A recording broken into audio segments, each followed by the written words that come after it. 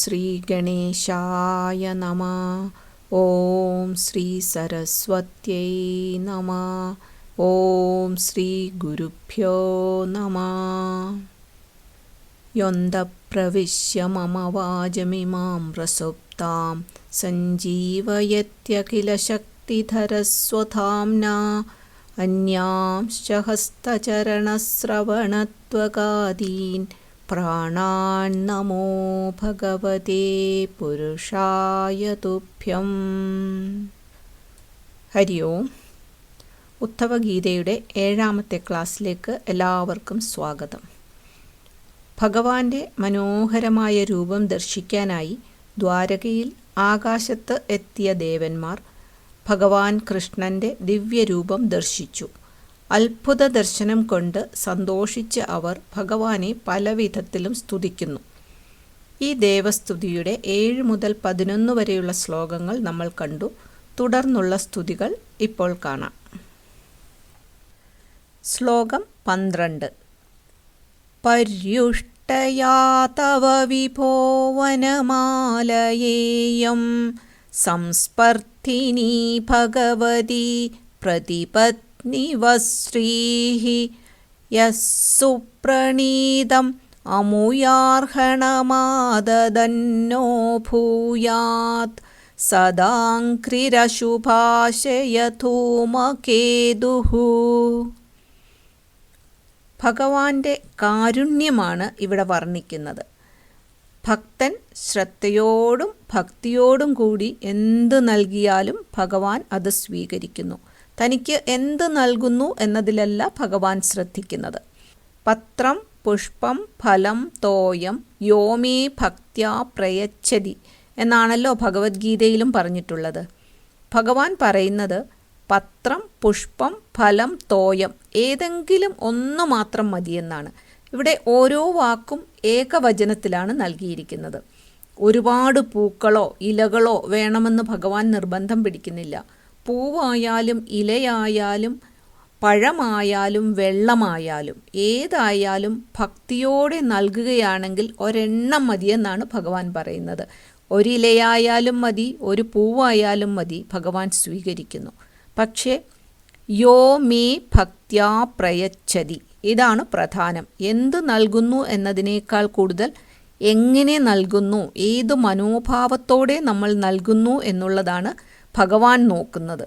ഇവിടെ ദേവന്മാർ സൂചിപ്പിക്കുന്നത് ഭഗവാന്റെ പരമഭക്തരായിട്ടുള്ളവർ നൽകുന്ന ഒരു പ്രത്യേക സമർപ്പണത്തെക്കുറിച്ചാണ്. അത് വനത്തിലെ കാട്ടുപൂക്കൾ കൊണ്ട് നിർമ്മിച്ച ഒരു മാലയാണ്, ഒരു വനമാലയാണ്. വലിയ വിലയുള്ളതോ വിശേഷപ്പെട്ടതോ ആയ ഒരു വസ്തുക്കളുമല്ല, പ്രത്യേകമായിട്ടുള്ള പൂക്കളുമല്ല ഇതിനുപയോഗിച്ചിരിക്കുന്നത്. കാട്ടിൽ താനെ വളരുന്ന പൂക്കൾ വെറുതെ കോർത്തൊരുക്കിയ ഒരു മാലയാണ് വനമാല. ഭക്തർ ഈ വനമാല സമർപ്പിക്കുന്നത് അതല്പം വാടിയതോ മങ്ങിയതോ ആയ അവസ്ഥയിലാണെങ്കിൽ പോലും ഭഗവാൻ അത് സ്വീകരിക്കുന്നു. ഭക്തർ ശ്രദ്ധയോടും ഭക്തിയോടും കൂടി ഇത് സമർപ്പിക്കുമ്പോൾ ഭഗവാൻ ആ മാല വാങ്ങി സ്നേഹപൂർവ്വം തൻ്റെ കഴുത്തിൽ അണിയുന്നു. ഭഗവാന് നൽകുന്ന എന്ത് വഴിപാടുകളും ഇങ്ങനെ തന്നെ ആയിരിക്കണം എന്നുള്ള സന്ദേശമാണ് ഇവിടെ നൽകുന്നത്. ഭക്തർ കൊടുക്കുന്ന വനമാല അല്പം വാടിയതാണെങ്കിൽ പോലും ഭഗവാൻ സന്തോഷത്തോടെ സ്വീകരിച്ച് കഴുത്തിൽ അണിയുന്നു. അല്പം വാടിയ വനമാല ഇങ്ങനെ ഭഗവാന്റെ കഴുത്തിൽ നിന്ന് മാറിലേക്ക് പടർന്നു കിടക്കുന്നത് കണ്ടിട്ട് ലക്ഷ്മി ദേവിക്ക് അസൂയ തോന്നുന്നു. ഭഗവാന്റെ വക്ഷസിൽ അല്ലെങ്കിൽ മാറിൽ തനിക്ക് മാത്രമാണ് സ്ഥാനമെന്ന് കരുതിയിരുന്ന ലക്ഷ്മി ദേവിക്ക് ആ സ്ഥാനം പങ്കിടുന്ന വനമാല തനിക്കൊരു എതിരാളിയായി അല്ലെങ്കിൽ ഒരു പ്രതിഭാര്യയായി അനുഭവപ്പെടുന്നു.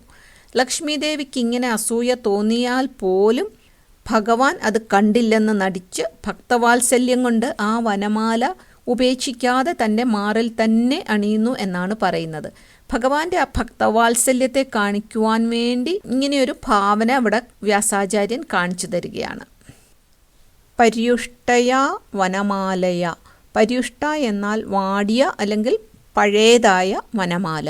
അത് കണ്ട് ലക്ഷ്മി ദേവി ഒരു മത്സരാർത്ഥിയെപ്പോലെ, അതാണ് സംസ്പർദ്ധിനി പറഞ്ഞിരിക്കുന്നത്. തൻ്റെ ഭക്തർ സ്നേഹത്തോടും വാത്സല്യത്തോടും കൂടി സമർപ്പിച്ചതുകൊണ്ടാണ് വാടിയതാണെങ്കിൽ പോലും ഭഗവാൻ അത് സുപ്രണീതം, ആദരവോടെ സ്വീകരിച്ചിരിക്കുന്നത്, സന്തോഷത്തോടെ സ്വീകരിച്ചിരിക്കുന്നത്.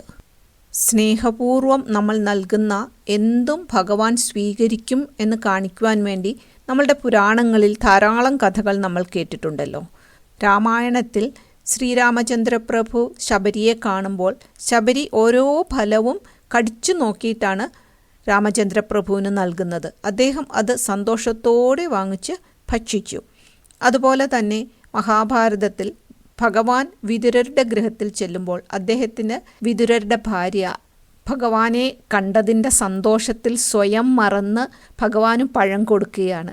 പഴം തൊലിച്ചിട്ട് പഴം മാറ്റിവെച്ചിട്ട് അതിൻ്റെ തൊലിയാണ് ഭഗവാന് കൊടുക്കുന്നത്. എന്നിട്ടും ഒന്നും അറിയാത്തതുപോലെ ഭഗവാൻ അത് വാങ്ങിക്കഴിച്ചു. ഭക്തരോടുള്ള വാത്സല്യം കാണിക്കുവാൻ വേണ്ടിയിട്ടാണ് ഇങ്ങനെ പല കഥകളും കാണിക്കുന്നത്. അതുപോലെ തന്നെ ഇങ്ങനെയുള്ള കഥകൾ കേൾക്കുന്നത് നമുക്ക് ഭഗവാനോടുള്ള ഭക്തിയും സ്നേഹവും വർദ്ധിക്കാനും ആത്മീയമായ വളർച്ചയ്ക്കും ഒക്കെ സഹായിക്കുന്നതാണ്. അങ്ങനെയുള്ള ഭഗവാന്റെ അംഘ്രി തൃപ്പാദങ്ങൾ നമ്മുടെ മനസ്സിലെ എല്ലാ അശുദ്ധികളെയും അശുഭാശയങ്ങളെയും നശിപ്പിക്കുന്ന അഗ്നിയായി ധൂമകേതുവായി തീരട്ടെ എന്ന് ദേവന്മാർ വീണ്ടും പ്രാർത്ഥിക്കുകയാണ്. നമ്മൾക്ക് അടുത്ത ശ്ലോകം കാണാം. ശ്ലോകം 13. കേതുസ്ത്രിവിക്രമയുതസ്ത്രിപതത്പതാകഃ യസ്തേ ഭയാഭയകരോത്സുരദേവ ചമ്മോഹോ സ്വർഗായ സാധുഷു ഖലേഷ്വിതരായ ഭൂമൻ പാദഃ പുനാദു ഭഗവൻ ഭജതാമഖം നഃ. ഭഗവാന്റെ വാമനാവതാരത്തെ ഉദ്ധരിച്ചുകൊണ്ട് ഭഗവാന്റെ മഹിമ വർണ്ണിക്കുകയാണ് ഈ ശ്ലോകത്തിൽ. ദേവന്മാർ പറയുന്നു, ഹേ ഭഗവാനെ, അങ്ങ് വാമനനായി അവതരിച്ച് വിശ്വരൂപം കൈക്കൊണ്ട് പാദം ഉയർത്തിയപ്പോൾ ആ പാദത്തിൽ നിന്ന് ഉദ്ഭവിച്ച ഗംഗാനദി 3 ലോകങ്ങളിലൂടെയും ഒഴുകുന്ന ഒരു വിജയ പതാക പോലെ കാണപ്പെട്ടു. അങ്ങയുടെ ആ പാദം ദുഷ്ടന്മാരായ അസുരന്മാർക്ക് ഭയത്തെ നൽകുന്നതാണ്, അവരുടെ അഹങ്കാരത്തെ നശിപ്പിക്കുന്നതാണ്. എന്നാൽ അതേ പാതാരവിന്ദങ്ങൾ തന്നെ ഭക്തർക്കും ദേവന്മാർക്കും അഭയവും ആശ്വാസവുമാണ്. സർവവ്യാപിയായ ഭഗവാനെ, വിരോധാഭാസമായി തോന്നാമെങ്കിലും ഒരേ സമയം ഭയവും അഭയവും നൽകുന്ന അങ്ങയുടെ ആ പരിശുദ്ധമായ തൃപ്പാദങ്ങൾ അങ്ങയെ അഭയം പ്രാപിച്ച് ഞങ്ങളുടെ പാപങ്ങളെല്ലാം കഴുകിക്കളഞ്ഞ് ഞങ്ങളെ ശുദ്ധീകരിക്കുമാറാകട്ടെ എന്നവർ പ്രാർത്ഥിക്കുകയാണ്. ഈ ശ്ലോകത്തിൻ്റെ 3ഉം 4ഉം വരികളിൽ ഭഗവാനെ ഭഗവൻ അല്ലെങ്കിൽ ഭൂമൻ എന്നിങ്ങനെയാണ് അഭിസംബോധന ചെയ്തിരിക്കുന്നത്. ഭഗവൻ എന്നാൽ ഐശ്വര്യങ്ങളുള്ള ഈശ്വരൻ എന്നും ഭൂമൻ എന്നാൽ അനന്തമായ ബ്രഹ്മം എന്നുമാണ് അർത്ഥം. ഛാന്തോക്യോപനിഷത്തിൽ 7ാം അധ്യായത്തിൽ നാരദനും സനത്കുമാരനും തമ്മിലുള്ള ഒരു സംവാദമുണ്ട്. അതിൽ ഭൂമ എന്ന് ഭഗവാനെ പരബ്രഹ്മമായിട്ടാണ് പറയുന്നത്. അതിൽ നിന്നാണ് ഭൂമ എന്ന വാക്ക് ഇവിടെ വ്യാസാചാര്യൻ ഉപയോഗിച്ചിരിക്കുന്നത്. അവിടെ ആനന്ദസ്വരൂപമായ നിർഗുണ ബ്രഹ്മത്തെയാണ് ഭൂമ എന്ന് വിളിക്കുന്നത്. വ്യാസഭഗവാൻ ഇവിടെ ഭൂമൻ എന്ന് പ്രയോഗിക്കുമ്പോൾ ഉപനിഷത്ത് പഠിച്ചിട്ടുള്ളവർക്ക് മനസ്സിലാകും ഉപനിഷത്തുകളുടെ താത്പര്യവും ഭാഗവതത്തിൻ്റെ താത്പര്യവും ഒരേ ബ്രഹ്മസത്യം തന്നെയാണ് എന്ന്. വിശ്വാകാരനായി ത്രിവിക്രമനായിട്ടുള്ള ഭഗവാനെയും നിർഗുണ നിരാകാരനായിട്ടുള്ള ഭഗവാനെയും ഒരേ സമയം സ്തുതിക്കുകയാണ് ദേവന്മാർ. എന്നിട്ട് പറയുന്നു, ഭജതാം ന അഖം പാദഃ പുനാതു. ഹേ ബ്രഹ്മസ്വരൂപനായ ഭഗവാനെ, അങ്ങയെ ഭജിക്കുന്ന ഞങ്ങളുടെ പാപങ്ങൾ അങ്ങയുടെ തൃപ്പാദങ്ങൾ കഴുകിയ ആ ജലം ശുദ്ധീകരിക്കട്ടെ എന്ന്. പാപങ്ങൾ എന്ന് പറയുമ്പോൾ അത് 2 വിധത്തിലുണ്ട്. നമ്മുടെ കർമ്മങ്ങൾ തന്നെയാണ് നമുക്ക് പുണ്യവും പാപവുമായ ഫലങ്ങളെ തരുന്നത്. അതിൽ ചില പാപങ്ങൾ ലൗകികമായ ദുഃഖങ്ങളും വേദനകളും പ്രശ്നങ്ങളും ഒക്കെ നൽകുന്നു. ചില പാപങ്ങൾ ആത്മീയ സാധനകൾക്ക് തടസ്സമായി നിൽക്കുന്നതാണ്. വേദാന്ത പഠനത്തിന് തടസ്സമായി നിൽക്കുന്ന അത് ചിലപ്പോൾ കുടുംബപരമാകാം, സാമൂഹ്യപരമാകാം. അങ്ങനെയുള്ള സാഹചര്യങ്ങൾ കൊണ്ട് വേദാന്ത പഠനത്തിന് തടസ്സം വരുമ്പോൾ അതെല്ലാം ആത്മീയ പാപം എന്ന് പറയാം. അങ്ങനെ എല്ലാ തടസ്സങ്ങളെയും നീക്കി ഞങ്ങളെ ശുദ്ധീകരിക്കണേ, ഈശ്വരനിലേക്ക് ചേരുന്നതിന് സഹായിക്കണമേ എന്നാണ് ദേവന്മാർ ഇവിടെ പ്രാർത്ഥിക്കുന്നത്. ഇവിടെ ഭാഗവതത്തിലെ വാമനാവതാരത്തെക്കുറിച്ച് പറയുന്നുവല്ലോ. ആ കഥ നമുക്കെല്ലാവർക്കും പരിചയമുള്ളതാണ്. ഭാഗവതത്തിൽ 8-ാം സ്കന്ധത്തിൽ 15 മുതൽ 23 വരെയുള്ള അധ്യായങ്ങളിലായിട്ടാണ് വാമനാവതാരത്തിൻ്റെ കഥ പറയുന്നത്. ഭഗവാന്റെ മഹിമയെ വർണ്ണിക്കാൻ ഇവിടെ ആ വാമനാവതാരത്തിലെ ത്രിവിക്രമ കഥയെ ഉപയോഗിച്ചിരിക്കുന്നു. മഹാബലിയുടെ അഹങ്കാരത്തെ ശമിപ്പിക്കാനാണ് ഭഗവാൻ അവതരിച്ചത്. ഭഗവാൻ ഒരു ചെറിയ ബ്രഹ്മചാരിയായി വന്ന് 3 അടി മണ്ണ് ദാനമായി ചോദിക്കുന്നു. ഒരൽപ്പം അഹങ്കാരമുണ്ടായിരുന്ന മഹാബലി എന്തു വേണമെങ്കിലും നൽകാമെന്ന് സമ്മതിക്കുന്നു. എന്നാൽ വാമനൻ പെട്ടെന്ന് വളർന്നു വലുതാകുന്നു. ആദ്യത്തെ ചുവടുകൊണ്ട് ത്രിവിക്രമൻ ഭൂമിയും അധോലോകങ്ങളും അളക്കുന്നു. 2ാമത്തെ ചുവട് മുകളിലേക്ക് ഉയർത്തി സത്യലോകം അല്ലെങ്കിൽ ബ്രഹ്മലോകം വരെ അളക്കുന്നു. 3ാമത്തെ ചുവട് വയ്ക്കുവാൻ ഇനി എവിടെയാണത് വെക്കേണ്ടത് എന്ന് ചോദിക്കുമ്പോൾ തൻ്റെ അഹങ്കാരം മനസ്സിലാക്കിയ മഹാബലി തൻ്റെ തല തന്നെ കാണിച്ചു കൊടുക്കുന്നു. ത്രിവിക്രമനായ ഭഗവാൻ ബലിയെ പാതാളത്തിലേക്ക് ചവിട്ടിത്താഴ്ത്തുന്നു. ഇങ്ങനെയാണ് കഥ. ഇതിൻ്റെ തത്വപരമായ അർത്ഥം നോക്കിയാൽ അത് അഹങ്കാരത്തിൻ്റെ നാശമാണ് പറയുന്നത്. ഭഗവാന്റെ അനുഗ്രഹത്താൽ മഹാബലിയുടെ അഹങ്കാരം നശിക്കുകയും അദ്ദേഹം മോക്ഷം പ്രാപിക്കുകയും ചെയ്യുന്നു. ത്രിവിക്രമനായി ഭഗവാൻ തൻ്റെ കാൽ ബ്രഹ്മലോകം വരെ ഉയർത്തിയ ആ പവിത്രമായ പാദത്തെയാണ് ഇവിടെ സ്തുതിക്കുന്നത്. ഇവിടെ ദേവന്മാർ വാമനാവതാരവുമായി ചേർത്ത് അതിമനോഹരമായ ഒരു സങ്കല്പമാണ് അവതരിപ്പിക്കുന്നത്. ഭഗവാന്റെ 2 കാലുകളും ചേർന്ന് ഭൂമിയിൽ നിന്ന് ബ്രഹ്മലോകം വരെ നീണ്ടു നിൽക്കുന്ന ഒരു കൊടിമരത്തോടാണ് ഉപമിച്ചിരിക്കുന്നത്. ഭഗവാന്റെ തൃപ്പാദം ബ്രഹ്മലോകത്തെത്തിയപ്പോൾ ബ്രഹ്മാവ് ആ പാദങ്ങൾ കഴുകി പൂജിക്കാൻ ആഗ്രഹിച്ചു. തൻ്റെ കമണ്ഡലുവിലെ ജലം കൊണ്ട് അദ്ദേഹം പാദപ്രക്ഷാളനം നടത്തി. ഭഗവാന്റെ പാദങ്ങൾ കഴുകിയ ആ പുണ്യ തീർത്ഥമാണ് താഴേക്കൊഴുകി അതിമനോഹരമായ ഗംഗാനദിയായി മാറിയത് എന്ന് ഇവിടെ പറയുന്നു. ബ്രഹ്മലോകത്തുനിന്നുദ്ഭവിച്ച ഈ വിഷ്ണു പാദോദകം സ്വർഗത്തിലൂടെയും ഭൂമിയിലൂടെയും ഒഴുകി പാതാളം വരെ എത്തുന്നു. ഇവിടെ ഭഗവാന്റെ പാദങ്ങൾ കൊടിമരമായും ഒഴുകുന്ന ഗംഗാനദി ആ കൊടിമരത്തിൽ പാറിക്കളിക്കുന്ന വിജയ പതാകയായും സങ്കല്പിച്ചിരിക്കുന്നു. ദൂരത്ത് നിന്ന് നോക്കുമ്പോൾ ഇതൊരു പ്രപഞ്ച പതാക പോലെ തോന്നും. കേതുഹു എന്നാൽ പതാക എന്നർത്ഥം. ത്രിപതത് പതാകഃ എന്നാൽ 3 ലോകങ്ങളിലൂടെയും ഒഴുകുന്ന ഗംഗയാകുന്ന പതാക എന്നാണ് അർത്ഥം. എത്ര മനോഹരമായ കാവ്യഭംഗി കലർന്ന സങ്കല്പമാണ് അല്ലേ? ഇനി ഭഗവാന്റെ തൃപ്പാദങ്ങളുടെ മഹിമ പറയുകയാണ്. അത് ഒരേ സമയം ചിലർക്ക് ഭയവും മറ്റു ചിലർക്ക് അഭയവും നൽകുന്നു. ഭയാഭയകരഃ ഒരേ സമയം തന്നെ ഭയമുണ്ടാക്കുന്നവനും ഭയം ഇല്ലാതാക്കുന്നവനും ആണ് എന്ന്. അസുരന്മാരുടെ സൈന്യത്തിന് അസുരചമൂ ആ പാദങ്ങൾ നാശവും ഭയവും നൽകുമ്പോൾ ദേവന്മാർക്കും സജ്ജനങ്ങൾക്കും അത് ധൈര്യവും അഭയവും നൽകുന്നു എന്ന് പറയുകയാണ്. ഭഗവാന്റെ പാദങ്ങൾ നമ്മുടെ ഹൃദയത്തിലുള്ളപ്പോൾ നമ്മൾ പിന്നെ എന്തിനെ ഭയപ്പെടണം? ആ ഒരു ധൈര്യം നമ്മൾക്ക് എപ്പോഴും ഉണ്ടാവുകയും ചെയ്യും. ഭഗവാൻ കർമ്മഫലദാതാവാണ്. അതുകൊണ്ട് തന്നെ ധാർമ്മികമായി ജീവിക്കുന്ന സാധുക്കൾക്ക് ഭഗവാന്റെ പാദം സ്വർഗപ്രാപ്തി നൽകുന്നു. എന്നാൽ ഖലർക്ക് അല്ലെങ്കിൽ അധർമ്മികൾക്ക് അത് നരകതുല്യമായ അധോലോകങ്ങളിലേക്ക് വഴിയൊരുക്കുന്നു.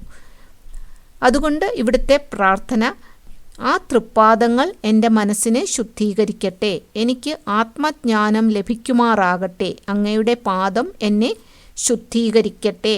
പാദഃ പുനാതു, അതാണ് അതിൻ്റെ അർത്ഥം. ഇനി നമുക്ക് 14ാമത്തെ ശ്ലോകം കാണാം. നസ്യോതഗാവൈവയസ്യ വശേ ഭവന്തി ബ്രഹ്മാദയസ്തനുഭൃതോ മിഥുരർദ്യമാനാഃ കാലസ്യ തേ പ്രകൃതിപൂരുഷയോഃ പരസ്യ ശംനസ്തനോതു ചരണഃ പുരുഷോത്തമസ്യ. ദേവന്മാർ ഭഗവാന്റെ ചരണങ്ങളെ വീണ്ടും സ്തുതിക്കുകയാണ് ഈ ശ്ലോകത്തിലും. ശ്ലോകത്തിൻ്റെ അർത്ഥം കാണാം. ഭഗവാൻ ഇവിടെ സർവ്വതിൻ്റെയും ആത്യന്തികമായ നിയന്താവാണെന്ന് കാണിക്കുവാനായി വളരെ നല്ല ഒരു ഉപമയോട് കൂടിയാണ് ഈ ശ്ലോകം തുടങ്ങുന്നത്.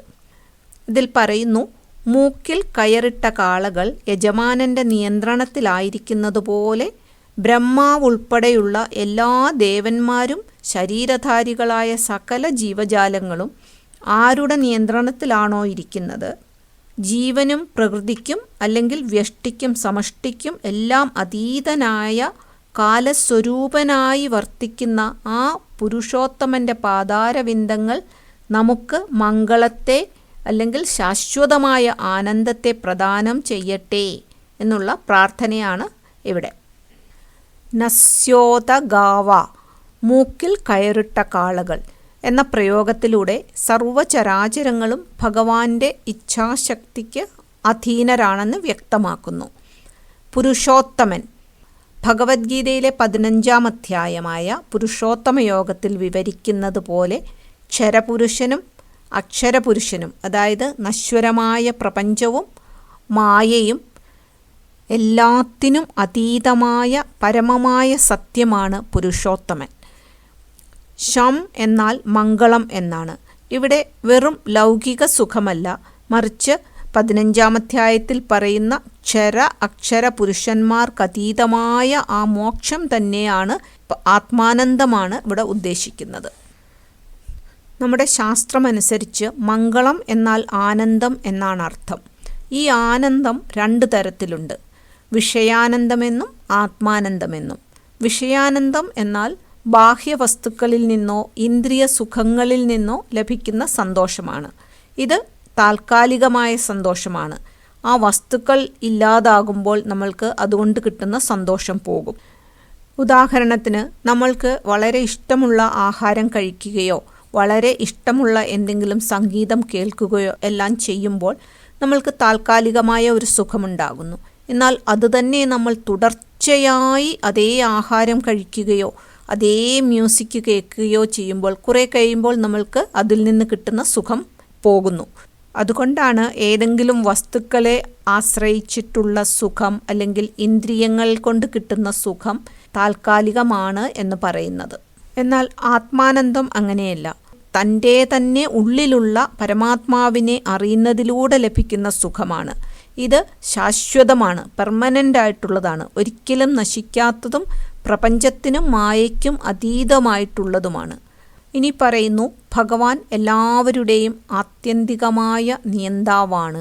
ഇത് വ്യക്തമാക്കുന്നത് എങ്ങനെയാണെന്ന് കാണാം. ഈ ലോകത്തിൽ പല തലത്തിലുള്ള നിയന്താക്കളെ നമുക്ക് കാണാൻ സാധിക്കും. ഉദാഹരണത്തിന്, ഒരു കമ്പനിയിൽ ജോലി ചെയ്യുമ്പോൾ നമുക്ക് മുകളിൽ ഒരു മാനേജർ ഉണ്ടെങ്കിൽ ആ മാനേജർക്ക് മുകളിൽ മറ്റൊരു അധികാരി ഉണ്ടാവും, അയാൾക്ക് മുകളിൽ മറ്റൊരു അധികാരി ഉണ്ടാവും.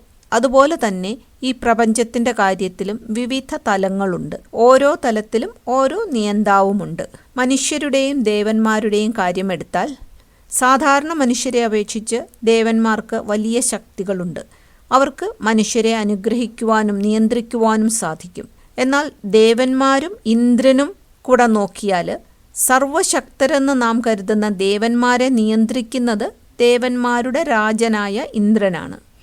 ഇന്ദ്രനാകട്ടെ തൻ്റെ ഗുരുവായ ബൃഹസ്പതിയുടെ നിർദ്ദേശങ്ങൾക്കനുസരിച്ചാണ് പ്രവർത്തിക്കുന്നത്. ഇവർക്കെല്ലാം മുകളിൽ സൃഷ്ടികർത്താവായ ബ്രഹ്മാവുണ്ട്. അപ്പോൾ ഈ ശ്ലോകം പറയുന്നത് ബ്രഹ്മാവ് പോലും ഭഗവാന്റെ നിയന്ത്രണത്തിലാണ് എന്നാണ്. ശാസ്ത്രമനുസരിച്ച് ബ്രഹ്മാവ് എന്നത് ഒരു പദവി മാത്രമാണ്. ഭഗവാനാകട്ടെ എല്ലാവരുടെയും നിയന്താവാണ്. അദ്ദേഹത്തിൻ്റെ മുകളിൽ മറ്റൊരു നിയന്താവില്ല. ആത്യന്തികമായ നിയന്താവാണ്. ബ്രഹ്മാവ്, ഇന്ദ്രൻ, മറ്റ് ദേവന്മാർ, മനുഷ്യർ എന്നിങ്ങനെ ശരീരധാരികളായ എല്ലാവരെയും ഭഗവാൻ തൻ്റെ കാലസ്വരൂപത്തിലൂടെ നിയന്ത്രിക്കുന്നു. മറ്റാരും നിയന്ത്രിക്കാനില്ലാത്ത എന്നാൽ എല്ലാവരെയും നിയന്ത്രിക്കുന്ന ഏക ശക്തിയാണ് ഭഗവാൻ. അങ്ങനെയുള്ള അങ്ങയുടെ പാദങ്ങൾ ഞങ്ങൾക്ക് ശാശ്വതമായ ആനന്ദം നൽകട്ടെ എന്ന് ദേവന്മാർ പ്രാർത്ഥിക്കുന്നു. നസ്യോദഗാവഹ, മൂക്കിൽ കയറിട്ട കാളയെ യജമാനൻ നിയന്ത്രിക്കുന്നത് പോലെ എന്ന് പറഞ്ഞിട്ടുണ്ട്. ഈ പ്രപഞ്ചത്തിലെ സകല അധികാര ശക്തികളും ഭഗവാന്റെ ഇച്ഛയ്ക്കനുസരിച്ച് ആണ് ചലിക്കുന്നത്. ഈ പ്രപഞ്ചത്തിൽ സർവവും ഭഗവാന്റെ അധീനതയിലാണെന്ന് വ്യക്തമാക്കുവാൻ വേണ്ടിയാണ് ഈ പ്രയോഗം. ഭാരതീയ ശാസ്ത്രമനുസരിച്ച് ബ്രഹ്മാവ് അല്ലെങ്കിൽ ഇന്ദ്രൻ എന്നത് വ്യക്തികളുടെ പേരല്ല, മറിച്ച് അതൊക്കെ ഓരോ പദവികൾ മാത്രമാണ്. പുണ്യകർമ്മങ്ങൾ ചെയ്യുന്ന ആർക്കും ഈ പദവികളിൽ എത്താൻ സാധിക്കും. നമ്മുടെ കയ്യിലുള്ള പുണ്യം തീരുന്ന മുറയ്ക്ക് ആ സ്ഥാനത്ത് നിന്നും മാറി അടുത്ത ആൾക്ക് ആ സ്ഥാനം ഒഴിഞ്ഞു കൊടുക്കേണ്ടി വരും. ഇവരെയെല്ലാം നിയന്ത്രിക്കുന്നത് ഭഗവാനാണ്. ഇവിടെ കാളകൾ, ഗാവഹ എന്നത് ബ്രഹ്മാവ് മുതൽ താഴോട്ടുള്ള സകല ജീവജാലങ്ങളെയും ഉദ്ദേശിച്ചാണ് പറഞ്ഞിരിക്കുന്നത്. കയർ എന്നത് ഭഗവാന്റെ അദൃശ്യമായ കാലതത്വമാണ്. നമ്മൾ പലയിടങ്ങളിലേക്ക് യാത്ര ചെയ്യുന്നതും ജീവിത സാഹചര്യങ്ങൾ മാറുന്നതും എല്ലാം ഈ അദൃശ്യമായ കയറിനാൽ നിയന്ത്രിക്കപ്പെട്ടുകൊണ്ടാണ്. ബ്രഹ്മാവ് മുതലുള്ള സകല ജീവജാലങ്ങളും താനാണ് വലിയവൻ എന്ന് കരുതി പരസ്പരം കലഹിച്ചുകൊണ്ടിരിക്കുന്നു എന്നാണ് പറഞ്ഞത്. എന്നാൽ യഥാർത്ഥ അധികാരം ഭഗവാന്റെ കയ്യിലാണെന്ന് ആരും അറിയുന്നില്ല. എല്ലാവരും വിചാരിക്കുന്നു തങ്ങളാണ് ഈ ലോകത്തെ നിയന്ത്രിക്കുന്നതെന്ന്. ഭഗവാൻ ഈ നാടകത്തിൻ്റെ എല്ലാം സൂത്രധാരനാണ്. ഭഗവാൻ തന്നെയാണ് കാലതത്വം.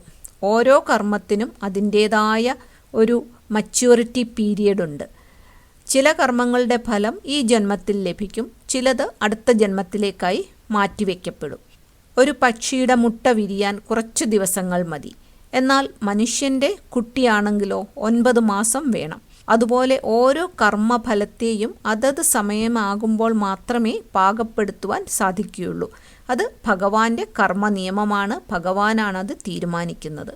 ഭഗവാൻ പ്രകൃതിക്കും പുരുഷനും അതീതനാണ്. സൃഷ്ടി സമയത്ത് ഇവയെ ഒന്നിപ്പിക്കുന്നതും പ്രളയസമയത്ത് ഇവയെല്ലാം തന്നിലേക്ക് പിൻവലിക്കുന്നതും ഭഗവാൻ തന്നെയാണ്. ഇങ്ങനെയുള്ള ആത്യന്തിക നിയന്താവായ പുരുഷോത്തമൻ്റെ പാദങ്ങൾ നമുക്ക് ശാശ്വതമായ ആനന്ദം അല്ലെങ്കിൽ ആത്മാനന്ദം, മോക്ഷം നൽകട്ടെ എന്ന് ദേവന്മാർ ഈ ശ്ലോകത്തിലൂടെ പ്രാർത്ഥിക്കുന്നു. തുടർന്നുള്ള ശ്ലോകങ്ങൾ നമുക്ക് അടുത്ത ക്ലാസ്സിൽ കാണാം. ഓം പൂർണ്ണമദ പൂർണ്ണമിദം പൂർണ്ണാത് പൂർണ്ണമുദച്യതേ പൂർണ്ണസ്യ പൂർണ്ണമാദായ പൂർണ്ണമേവാവശിഷ്യതേ. ഓം ശാന്തി ശാന്തി ശാന്തി.